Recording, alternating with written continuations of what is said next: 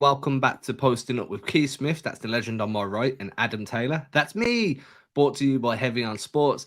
Keith, man, how's things? I know Christmas has just gone on, so it's always a busy time of year. How did you enjoy the Christmas Day slate? Yeah, it was pretty good. I thought the games weren't bad. I was a little worried because we had a lot of injuries and guys that were going to be out, but the games ended up being very enjoyable. So I was pretty happy. I did not make it all the way to the end of Nuggets Suns. I was out cold before that one finished, so I finished it up the next morning. But yeah, it was great. I had a good Uh, time, and now I'm looking forward to our hour long breakdown of the Cornet contest as it revolutionizes the NBA because that's what we're doing today, right? I mean, we should be. I mean, I'm more than happy to throw our entire talking points out the window and just do an hour on the Cornet contest. Full disclosure, I watched the Lakers maths. I watched 50% of the Celtics game, and I was so full and so tired that I was like, dude, I'm just gonna watch this in the morning, man. Like, I'm so used to watching games without timeouts now that like when I have to watch them with, I'm, dude, this is just so much longer. It's the same with watching a TV show when you like DVR everything, or Yeah, you watch it, and then it's like these ad breaks are just brutal. So yeah, I feel you. I feel your pain. I was like, no, not doing it. I watched the Nets game last night. Who was it? It was I can't remember Nets who they were playing. Cavs. Nets Cavs, and I got to like the end of the third, and it's like 1:30 a.m. and I'm just like, dude, I'm going to sleep. I'll just Yeah. catch the last quarter in the morning. Yep. Right then, so today, as everyone that's been following along from the start of this show, we're on Western Conference contenders. After this, we're going to diversify a bit more. We won't stick to conferences as much or at all, most likely. But we need to be fair and we need to speak about some teams that are going to contend in the West, but then they're going to come up against either Boston or Milwaukee, and then maybe it's not going to go so well. Maybe it will. Who knows? So we're going to start off with the reigning champions, who have no Steph Curry at the moment, have been kind of up and down throughout the start of the season. The Warriors. So the first question I've got, and I've wrote this out, is kind of like three different questions. Do you still think they're contenders? Yeah, I think so. I think the Warriors are that rare team where they, unless they're not in the actual playoffs themselves, I'm gonna still put them in the contender tier. I don't think you can take them out of it until they're finished off. I just they're too good. There's too much history there. There's too much of kind of everything with them. And if they can keep their, kind of, it's weird. Just stay afloat while you wait for Steph to get back, and they'll be fine. They'll go on a run in the second half of the season, and they'll end up somewhere there. But I will say this: they want to get into that top six because they know you mess around in that play-in tournament, you have a bad game or two, and all of a sudden your season's over. So you definitely want to get in that top six, even if get into the top four and home court advantage might be out the window for them right now. Yeah, it's that linear graph, right? Of like mess around and then find out, Yep. which is Yep. what all the young kids are saying right now. What I like about the Warriors is, and this isn't like an X's and O's observation or anything like that, it's just when you fire them up, when you give them a reason to come out there with just trying to punch you in the mouth, trying to shut you up, and I'm looking directly over at the Memphis Grizzlies when I say this, they find a new gear. It doesn't matter whether Steph's healthy, it doesn't matter if they've got Draymond or whoever. They just find a way to kind of be like, no, we are who we are for a very specific reason, and there's nothing you can do about it. And Yep. against Memphis, it was Clay that did that. It was Clay that was like, hey, I can still be that version of Clay, just not all the time. Yep. What I do like is James Wiseman starting to show signs of life. I wouldn't say they've been consistent enough where I'd be buying any stock at the moment. It's definitely penny stock. The Wolf of Wall Street is the guy you need to phone if you want James Wiseman stock. But there's been a bit of signs, right? He looks like he actually understands where he needs to be defensively. His rotations have got a little bit better. Still a huge project, and it was always going to be a swing, and then it was either going to be a big hit or a big miss with him. Do you think he's ever going to come good? I know big men are always the last to develop out of a draft class majority of the time. Yeah, I think he will eventually figure it out. I don't think it'll happen with the Warriors. I think there's just too much pressure there, and unless they turn into, all right, we're going to really turn the corner into a rebuild here, or even a semi rebuild after this season.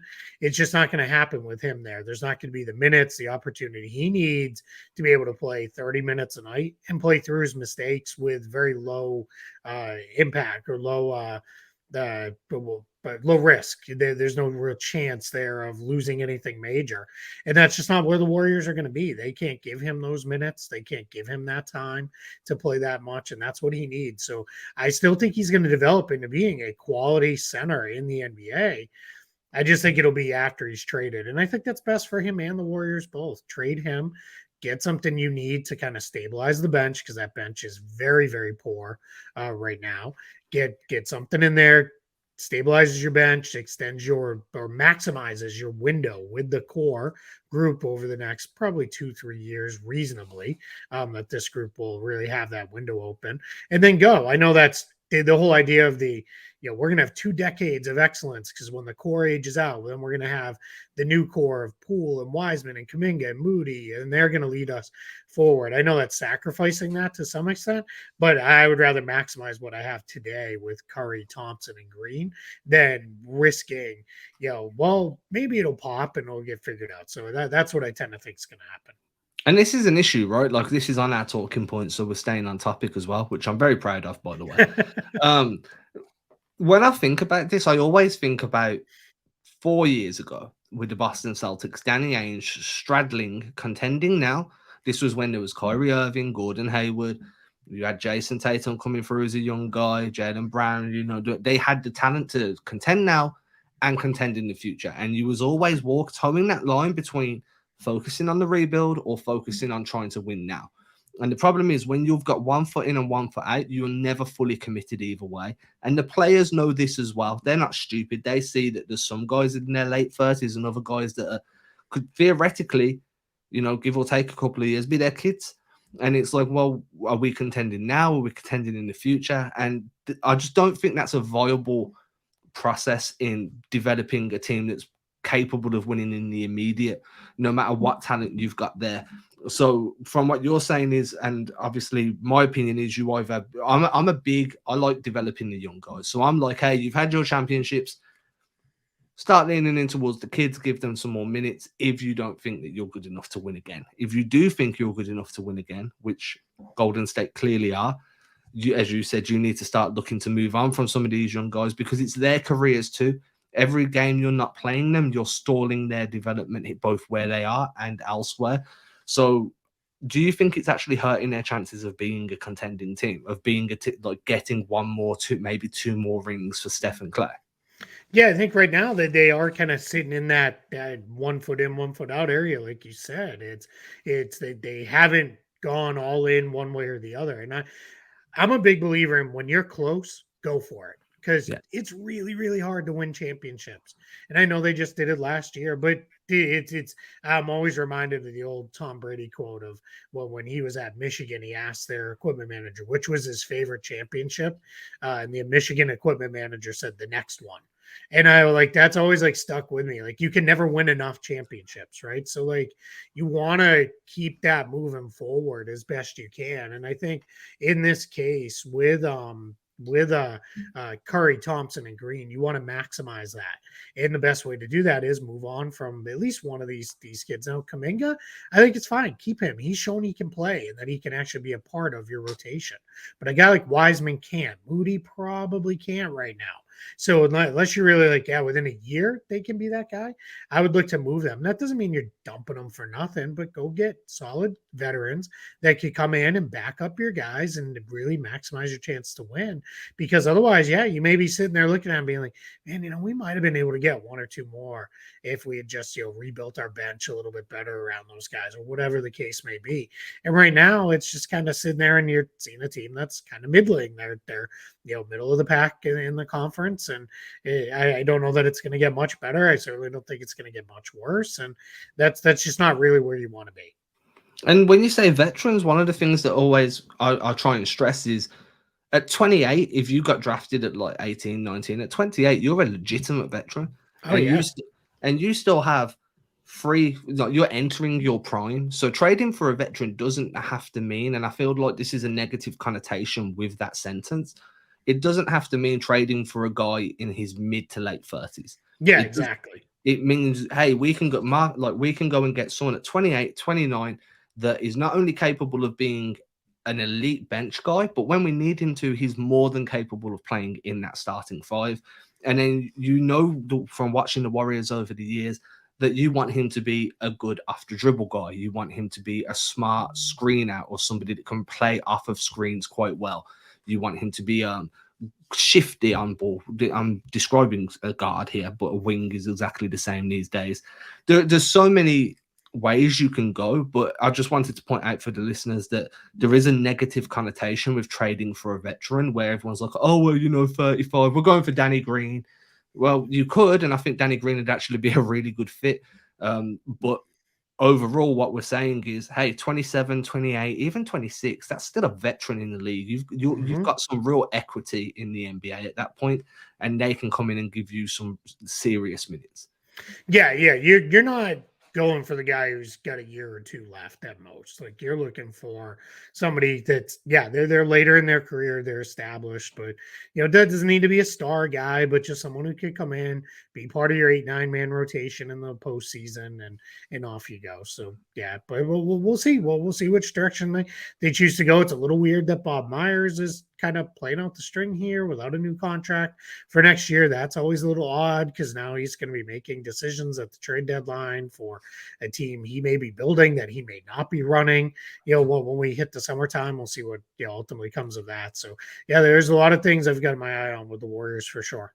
Do you ever think that's part of the reason why he's not making decisions? Maybe he's operating under certain constraints. It could be. I would hope not, right? I would hope the Warriors would give him the benefit of the doubt and say, hey, you've built this championship level team, multiple iterations of it in the past, even though the core's always been the same.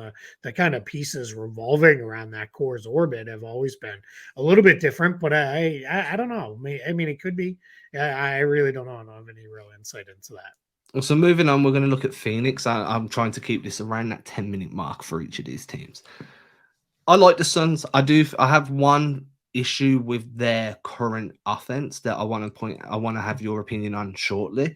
But I think we would be remiss not to talk about the fact that they've just got new ownership, right? And shout out to their new ownership. I saw something the other day that they donated like $100,000 for, I think it was kids, like underprivileged kids, to be able to attend games. Yeah. That was a huge kind of commitment, or hey, we've arrived in the community, and I'm always a big fan of whenever you can do a charitable gesture, you do it. Yeah. But overall, like, how do you feel this new ownership impacts the Suns in the midterm?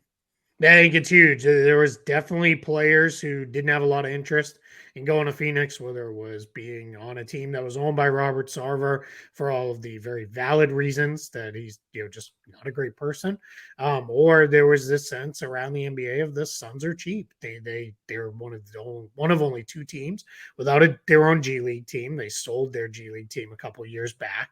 They regularly don't fill all of their roster spots. And these are just little things where it's like, well, what are we doing? They made DeAndre Ayton go out and sign an offer sheet to match it to save just a little bit of money. And it's not, I know some of these people, well, these are smart decisions because it makes his cap number lower and all these things.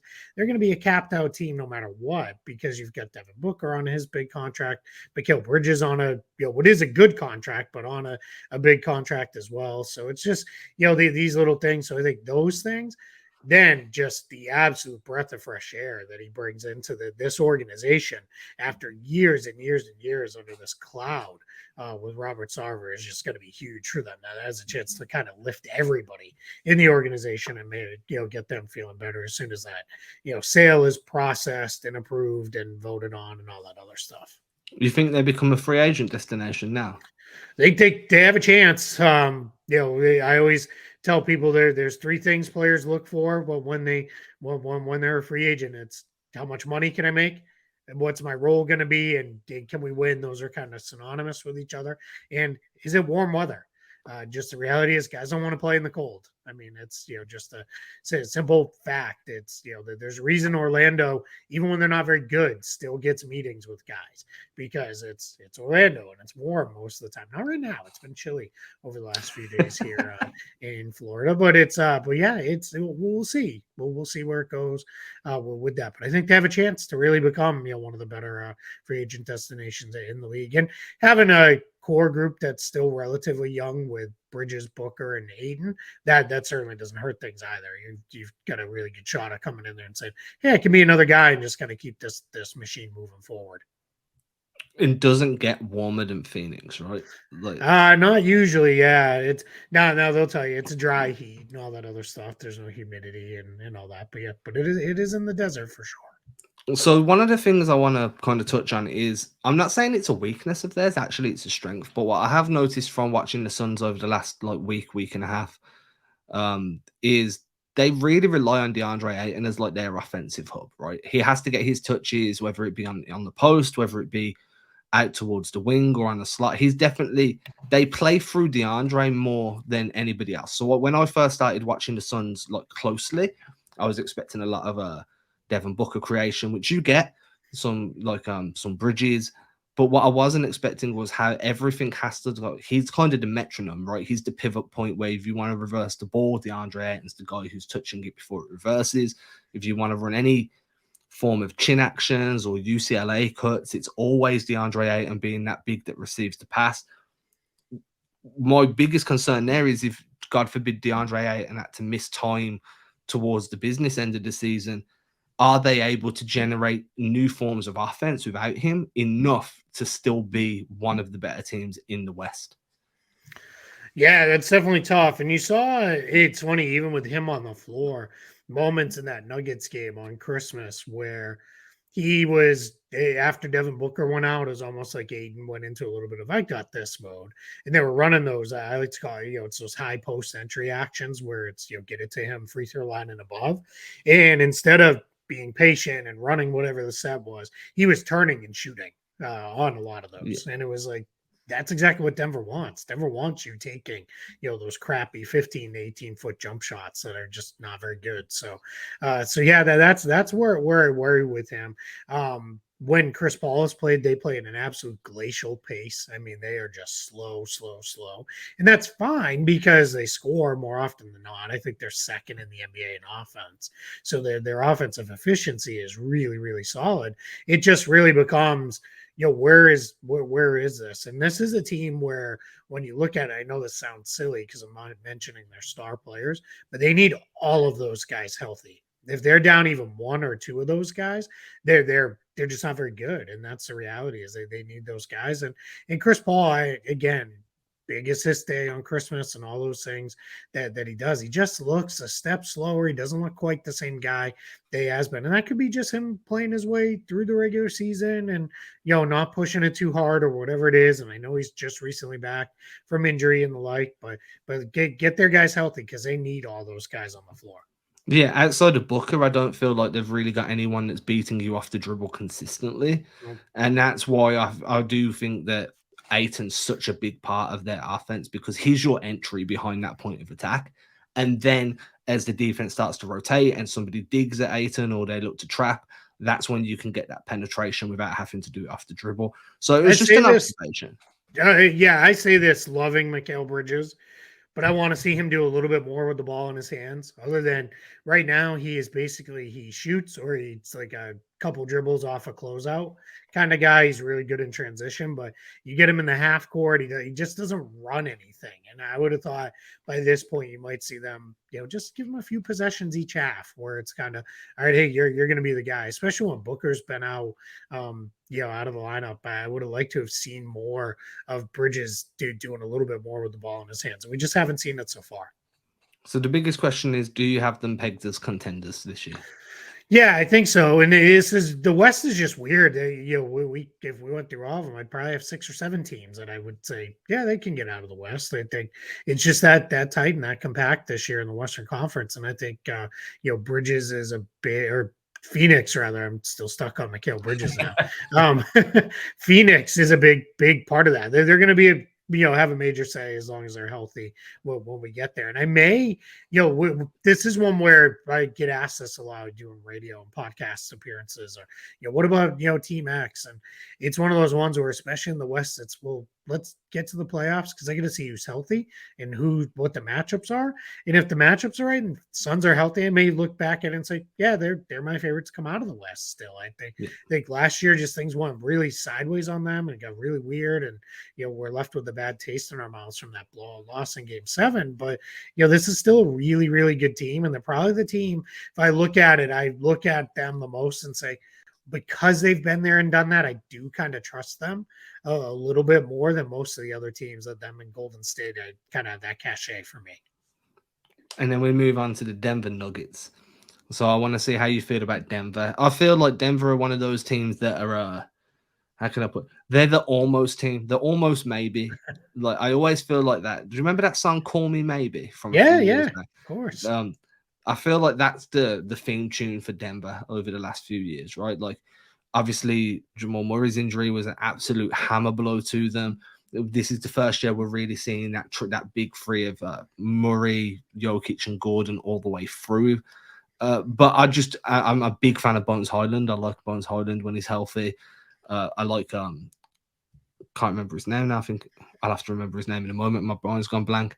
But I'm just not 100% sold that they're a championship caliber team. I think they're going to be a really tough out, and there's a way that they can get to a Western Conference Finals. But it just feels like something's missing for me. I don't know whether you're the same or whether you see them in a different light. No, I do. I see them differently. I do think that they could win the title. They've got to shore up their defense. Right now, their defense is way too hit or miss. I think some of that is just continuity stuff that they've had. Murray's been out of the lineup. Porter's been out of the lineup some. Their bench has been just kind of a mishmash of who's available and not. But so you've got to shore that up. But if they can do that offensively, I trust they're going to be there. Obviously Jokic is incredible. He could win a third MVP. He's been that good. And I don't think he will because I think there's going to be voter fatigue. And I think there's going to be, hey, let's give it to somebody else.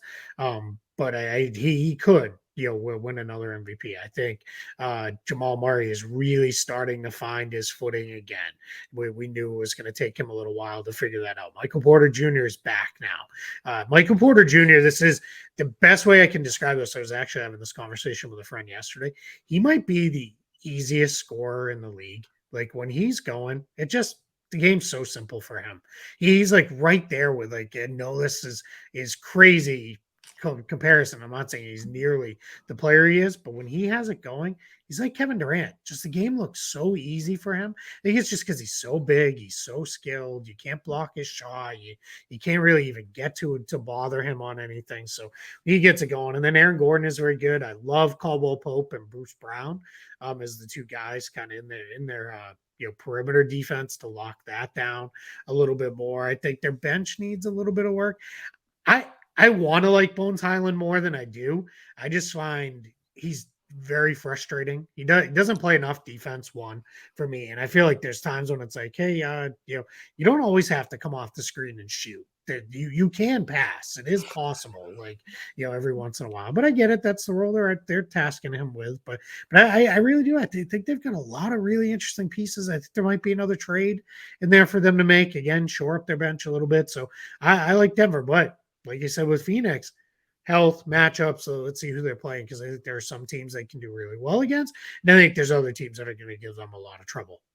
So I want to shout out Zeke Naji because that was the name that my mind blanked on. I love Zeke Naji. That was the name that my mind blanked on. And I think I can see where everybody likes Denver. I really can. Offensively, I think they're fantastic.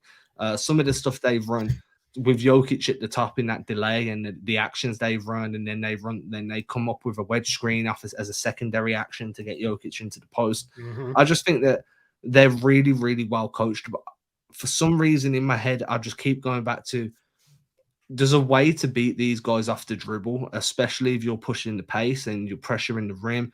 And I'm not sure whether they could sustain a 7-game series against a Grizzlies where Ja Morant is just pressuring the rim on every single possession. That's exactly the team I think that would give them a lot of trouble. Yeah, and that's kind of where my issue is at the moment. Just an additional rim protector would work wonders there. Now, there's options out there, but how do you do it? Do you go do that you kind of push Aaron Gordon back onto the bench and play like a double big with a Roma.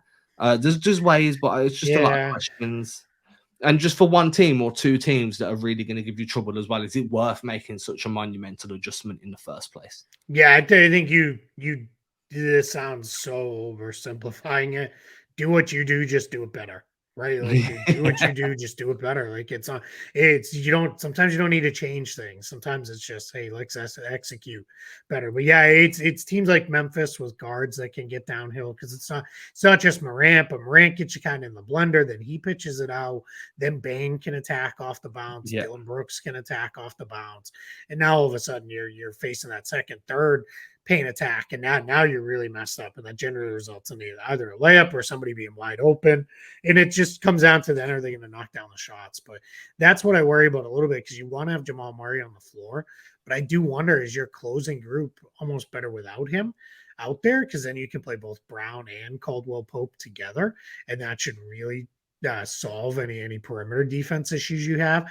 Or do you play all three, and do you move like Murray, kind of hide him on whoever the weakest offensive option is, and do those kind of things? I do think there is some gamesmanship that Malone can get into without drastically changing the scheme and the way they defend. Yeah, because you don't. If it's not broke, don't fix it. That's my biggest.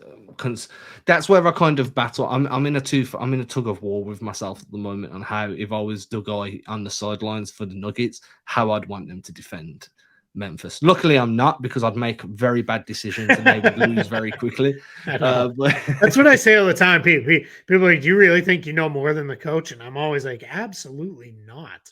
No. Like these guys know. These guys have forgotten more than I will ever know about the game. But that's not going to keep me from suggesting things that I think might work. I'm glad you called out Zeke Naji, though, because one thing I am certain of, he is better than DeAndre Jordan, and he can handle those backup 5 minutes. Yeah. And the reality is there's only about 10 to 15 of them a night. So, Jokic, otherwise he's out on the floor, for as much as any other centers in the league. So I would just, let's get Zeke Naji in there. And my problem is they go to him, and then he's out of the rotation for 2 weeks, and then they go back to him for a few games, and he's out of the rotation. I'd rather see him just stick in the rotation, because I think long term, let him play through a little bit of stuff. It's not that they have a cushion, but you're right there at the top. So, if you give him a week or two to really play through his mistakes, see if he can learn, figure stuff out, and lock in, because I really think that kid can play. Yeah, he's a baller. He's a legit baller. Okay, we're going to move on to Real or Not. And I want to start with one that I didn't have on the show sheet, because we wrote the show sheet last week. Love it. Just surprise. A quick one. Ja Morant saying that the only team he's concerned about is the Boston Celtics. As everyone can see, I'm wearing my NBA Finals top today. Real or not real? Should he only be concerned with the Celtics, or is he just trying to throw shade at the West? All right, let me start with, I love how brash the Grizzlies are. It's like my favorite thing. I love that when everybody was all like, man, they're talking to LeBron a year ago, and they were getting up in his face and everything. I'm like, I love it, because you know what? Back it up. And so far, they always have. Like they're right there. So I think he's going way too far with that. I definitely think there are teams that maybe you should be a little worried about in the West, but I love the confidence, man. Keep that confidence brimming. I think it's absolutely fantastic. Okay, so now we've got the Brooklyn Nets. Last time we spoke about the Nets, we were talking about hiring Jacques Vaughn. That was seeing a few changes there, seeing a little bit of a winning mentality start to shine through. I think they're like 14 of their last 17 have been wins. Something now. Like that, yeah. They're really they're rolling at the moment. They're playing some really good basketball. I was watching them on what us English people call Boxing Day, which is the day after Christmas. I don't now, hold on. Now I got to pause for a second. I was reading this article. Like, everything's all weird for y'all, right? Because it's like Christmas was Sunday, so Christmas holiday was Monday, so Boxing Day was Monday, but Boxing Day bank holiday is today. And do I have? Yeah, that's right. Yeah, so if everything's all off. If a national holiday happens on a weekend, they give us that day back on the first day of the week. So both days. So Christmas Day and Boxing Day are both national holidays. So yeah, because one was on a Sunday, everything gets pushed back. That's so funny. So the country's not back to normal until tomorrow. I love it. That's so great. It means good food for an extra day. There you go. Perfect. But a couple more days off school too, right? Which is always fun. Yeah, I mean, they don't go back now until I think it's like January 5th or something crazy. Yeah. All right. Anyway, back to the Nets. The Nets, real or not real, this resurgence that we've seen from them. It's real as long as they keep it about basketball. And I thought their quotes after their win last night against Cleveland, where they're like, we're focused on basketball. We're just playing basketball. And it's, I mean this with no snark, even though it's the snarkiest comment I can make. Shocking that when really good players play basketball, the team is really good, right? I mean, that seems crazy, but the Nets their offense is humming. I want to say they're like fifth in the league in offense. They've been hovering anywhere between like seventh and 12th on defense over the last couple of weeks. So they've rounded into being a pretty good defensive team. I said this on Twitter this morning, as Twitter's apt to do. A couple of people were like, well, actually, but I think Ben Simmons is playing almost as idealized basketball right now. He's defending great again. And they're just saying, hey, man, just run the show. Make plays offensively. Just get guys set up, do your thing there. We don't need you to take a bunch of shots. He's only taking 5-6 shots most nights, and it's fine. And he doesn't want to shoot, and he doesn't have to, quite frankly. And when you look at who he's on the floor with most times, you really don't want him to either. Right now, we'll see in the playoffs when teams can really game plan for a specific opponent. How do they bend the defense towards, well, we got to make Simmons shoot. So we're going to really take away as best we can Kyrie and KD. But that's a lot easier said than done. Those guys are really, really good. So that team, man, they are fun. And again, another team that could look and say, we need to shore up X, Y, and Z, whatever it is. I think they need another big because they're very reliant on Nick Claxton to kind of give them all the minutes at the 5, all the good minutes at least. But they've got the pieces that they can go out and trade for that big if they need to without drastically hurting their kind of core rotation. So yeah, I'm all in on the Nets being real. Which is scary because they're very, very, very good. Yeah. About a week ago, Dame, we haven't spoken much about Portland on this show, so maybe next week we do a bit of a dive in on Portland. But Dame had some comments about Shai Gilgeous-Alexander, whether or not he should stay with Oklahoma long term. The grass isn't always greener. You know what your role is right now. Everyone looks at you as the leader of the team and so forth. Do you think those comments are real? Like, should SGA be taking this advice? Is that some legit advice from somebody that stayed with his franchise through thick and thin, despite all the outside noise? Or do you disagree and think that SGA needs to be looking elsewhere? I think he needs to give it another year. And then if they're not making real steps forward in a year from now towards being a winning team again, then it probably becomes, all right, how long do I want to see this out? Because we're moving into the prime years of my career here. I'm under a long-term contract. But today, yeah, he's fine. He's fine there. And I think, with Damian Lillard, I've held this forever. Really, it was the Kevin Durant stuff when it started with LeBron, but when Durant left OKC for Golden State, and everybody vilified him for that, much like they vilified LeBron for going to Miami.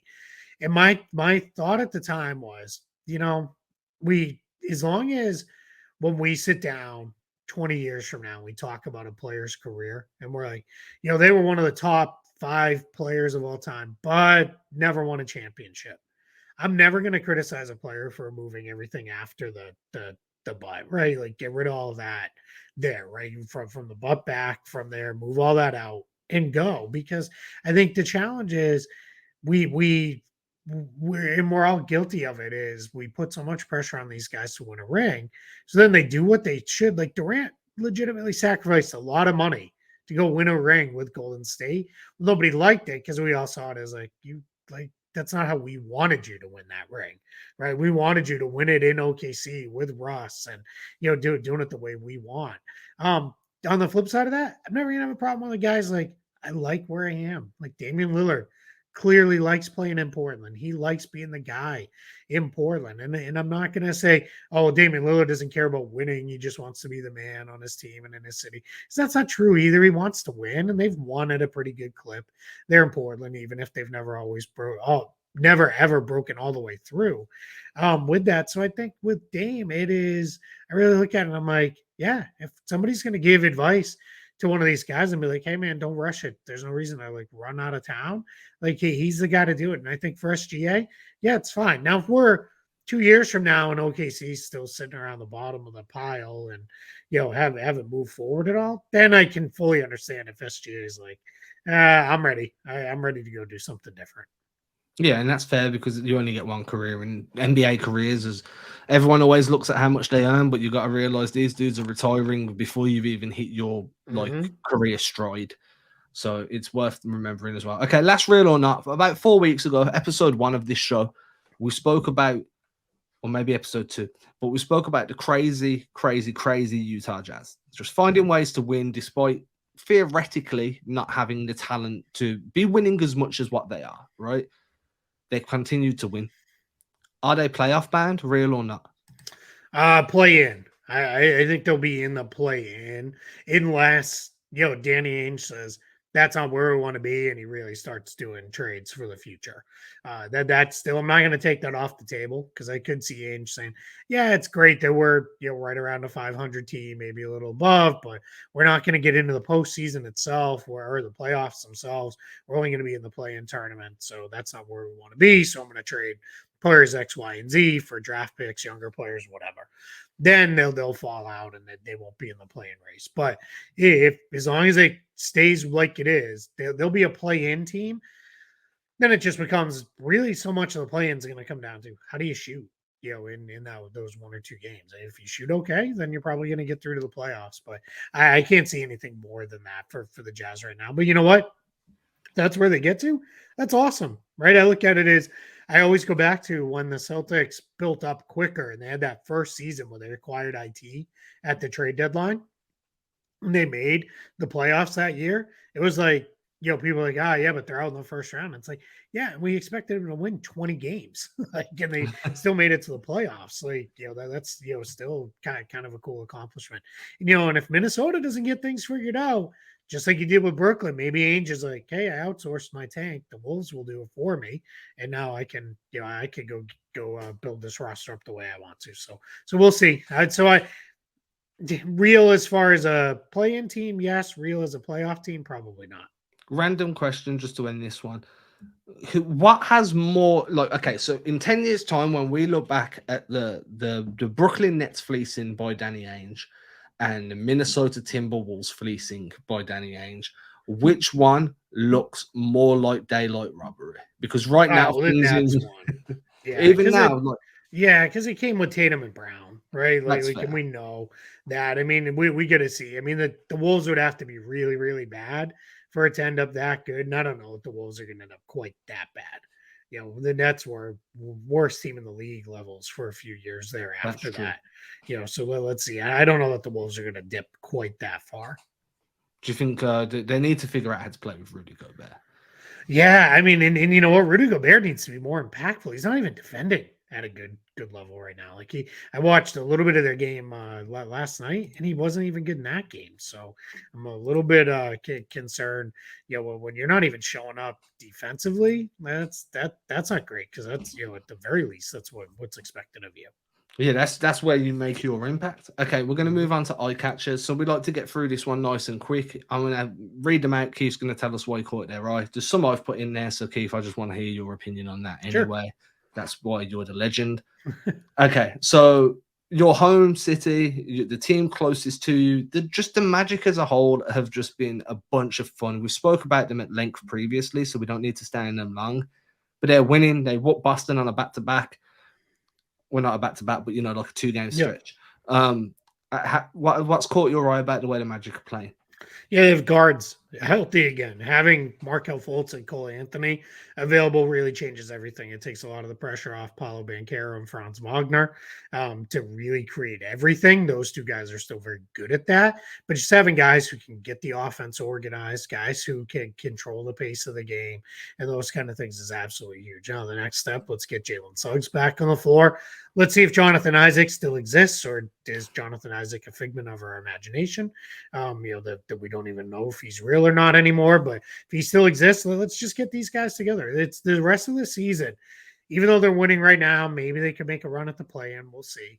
I tend to think not, but if they could, that's great. But wins and losses don't really matter. It's about how you play and figure out who fits together and all that good stuff.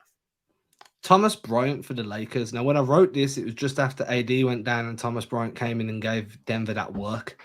Has he caught your eye since then? A little bit. Thomas Bryant's one of those guys I've always kind of liked. The challenge is he really fell off when he got hurt. When he got injured, there was a point where he was starting to hit 3-pointers at a decent clip with the Wizards, but before he got injured, now he's back to doing that again, and I think that's maybe a little bit more real. I'd say this fully recognizing he's only taken 25 threes, but take some more of them, big guy. Okay, let him fly. He's 12 for 25. His last 2 years in Washington on almost 100 threes per season, he was at 33% and then 40%. His last two full healthy years, I should say, with the Wizards. So yeah, I think Thomas Bryant can play a little bit. So I'd like to see them use him more, even when AD gets back. Maybe even use him more in more traditional lineups with AD at the 4 next to Thomas Bryant. And that would make KD happy. He's already spoken once this year about wanting to play the 4. Moving on, we got Killian Hayes has all of a sudden remembered that he was a very highly touted prospect coming into the NBA and has been like, let me show you what I was meant to be. And he's been balling out. He's been playing really well the last few weeks. Probably one of the best stretches of his NBA career. What have you seen from him that's made you be like, yeah, Killian Hayes is that guy? Or no, Adam, you're completely wrong. Yeah. He still can't shoot, so that part I'm worried, very, very worried about. You may know this, or you will come to know this. Everybody who's followed me for a while, there's nothing I dislike more than primary ball handlers who can't shoot, because I think it makes everything so difficult on the rest of your offense. That said, he's playing with confidence. He's getting downhill a little bit more, getting into the basket area, setting guys up.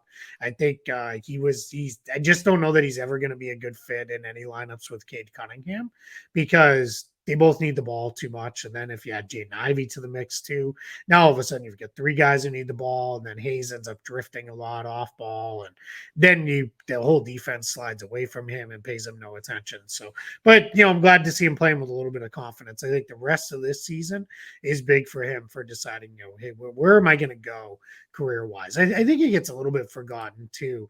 Just want to make sure. Yeah, he's only 21. So that's that part of it too is a little bit like, I mean, he's a kid, right? So let's not go too far with this. So I think there's a chance he still figures this out and pops, because guards, they sometimes, especially point guards, they can take a little while to get it going. Most likely going to be away from Detroit, right? I think so in the long term. I think I just can't see him becoming a good enough shooter that lineups with him, Cunningham, and Ivey together will work. And they have to work in order for him to succeed there. Otherwise, your cap is you're going to be a 20-minute a night backup guard. And I just, I think we're all hoping for a little bit more out of him. TJ Warren, you put TJ Warren. Warren's very good at scoring the ball. He's back from injury, if we're going to be more precise. How are you feeling about TJ Warren? Playing great. I mean, he looks really, really good for the Nets right now. It's I had somebody say this. I said this on a radio appearance the other day, and then somebody tweeted at me and was like, "Really? He's only scoring 10 points per game." Yeah, he's scoring 10 points per game in less than 20 minutes a night. So, shooting 55.7% from the field and 38.9% on threes. Threes are going to take a little while to get his volume back up. That'll come with time. I don't know that we'll see him take the volume of free throws he did, but I know we talked about the Nets quite a bit before, but just giving them another guy they can plug in there that can just go score the ball and is pretty good away from the ball too. I mean, that's tough, man. That's rich getting richer stuff. And finally, we got Keon Johnson. Yeah, so this is full on league pass nerd deep dive stuff, because everybody's going to be like, Keon Johnson, like what in the world? But Keon Johnson is finally getting minutes. He became a rotation guy about 2 weeks ago for the Trailblazers. Most of that was due to injuries, but in that period of time, he has shown can score a little bit, can do a little bit with the ball in his hands.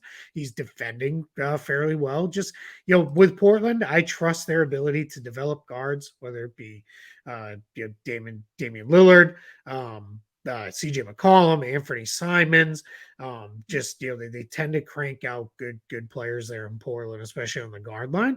And Keon Johnson, he went to a Clippers team that was very good and was designed to be in a title contender. It was never gonna, be great opportunities for him there. And then got to Portland. He was injured. He didn't play a lot. Now he's finally starting to see a little bit of minutes. And I think, it's going to be interesting to see where they go with him and Shaden Sharp, who's also been really fun to watch. But yeah, this is one where I think, unless you're staying up late on the East Coast and staying up to watch those Trailblazer games, and you're getting into that first and second half sub rotations where he actually sees his minutes, you're probably like, what in the world?